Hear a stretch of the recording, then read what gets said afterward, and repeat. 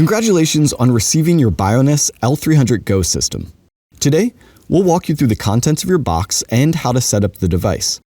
Inside your shipping box, you will find your white L300 Go box and a yellow bag with electrodes.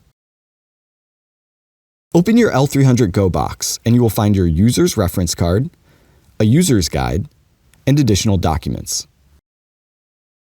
Keep these in a safe location and review them when you're able. Underneath is your Bioness L300 Go system cuff and a breathable carry bag. In the white box, you'll find your charging cable and charging base. Open up that box and choose the electrical configuration that works in your part of the world, and connect the cable to the base.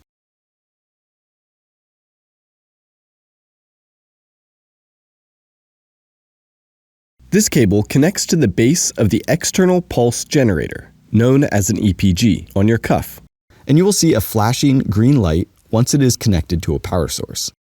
Go ahead and charge your cuff fully until the green light remains solid.